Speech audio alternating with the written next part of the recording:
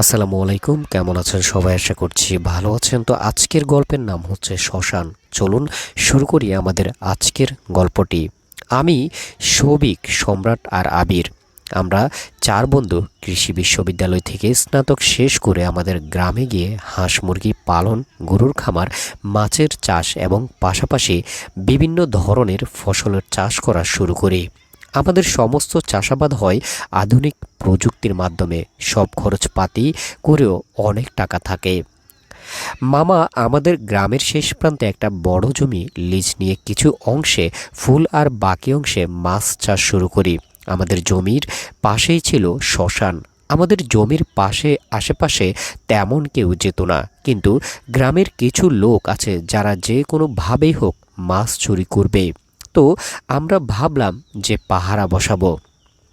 আমাদের সাথে অনেক লোকজন কাজ করে, তাদের সবাইকে বলছি, কিন্তু কেউ রাজি না। অগত্যা আমরা চার বন্ধু দুইজন করে পাহারা দেওয়া শুরু করলাম।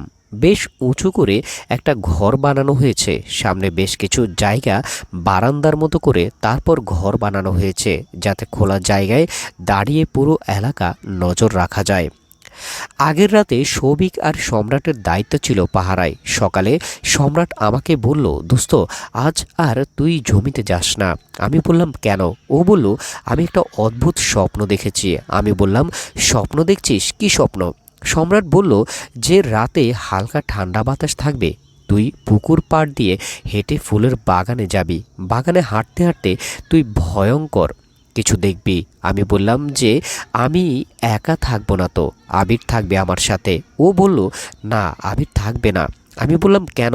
বলল, জানি না। ওর কথা শুনে বললাম, দোস্ত, স্বপ্ন সত্যি হয় না।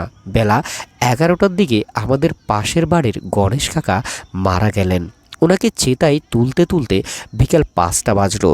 রাত 11:30টার দিকে আবিরকে বললাম, চল জমিতে যাই। ও বলল, দোস্ত, আমার শরীরটা ভালো না, আমি যাব না।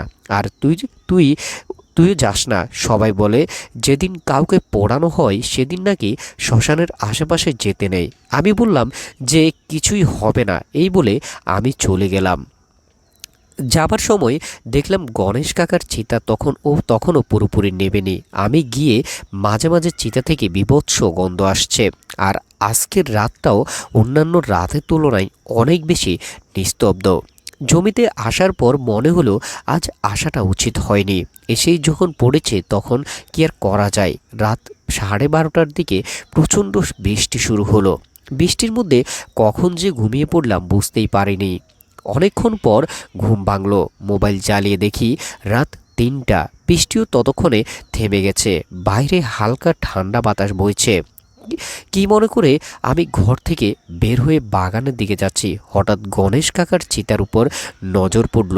দেখলাম চিতা বৃষ্টির পানিতে ধুয়ে গেছে, আর সেই জায়গায় অদ্ভুত কিছু একটা বসে আছে। আমি ভাবলাম শেয়াল কুকুর কিছুই হবে, কিন্তু কাছাকাছি যেতে যা দেখলাম তাতে আমার শরীর পুরো ঠান্ডা হয়ে গেল। আমি দেখলাম যে গণেশ কাকার চিতার জায়গায় একটা অর্ধেক মানুষ দুই হাতে ভর দিয়ে হাড্ডি খাচ্ছে। এই দৃশ্য দেখে আমি এক চিৎকার করতে অর্ধেক মানুষটা আমার দিকে তাকালো। আমি এবার স্পষ্ট দেখতে পেলাম ওই জিনিসটার চোখ বলতে কিছু নেই। চোখের জায়গায় আগুন জ্বলজ্বল করছে, আর বেশ বড় জিহ্বা বের করে দুটো হাতের উপর ভর দিয়ে আছে। সঙ্গে সঙ্গে দেখে আমি ওইখানেই জ্ঞান ফিরতে দেখি সম্রাট, আবির আর সৌভিক আমার পাশে বসে আছে। আমি বললাম, আমি এখানে কেমন করে এলাম? ওরা বলল, সম্রাট, ওই রাতে তোর চিন্তায় ঘুমায়নি। ভোরের আলো ফোটার সাথে সাথে আমরা 3জন জমির দিকে যেতেই দেখি তুই অজ্ঞান হয়ে পড়ে আছিস। আজ 3 দিন পর তোর জ্ঞান ফিরল। কি হয়েছিল বলতো? আমি সব কিছু বললাম। ওই রাত থেকে আমার প্রচণ্ড জ্বর হলো। আমার সুস্থ হতে অনেক দিন লাগলো। ওই দিনের পর থেকে আমরা আর কেউ ওই জমিতে পাহারা দিতে যায় না। দর্শক, এই ছিল আমাদের আজকের গল্পটি কেমন লেগেছে জানাবেন। যদি ভালো লাগে চ্যানেলটি সাবস্ক্রাইব করে সাথে থাকবেন। আল্লাহ হাফেজ, আসসালামু আলাইকুম।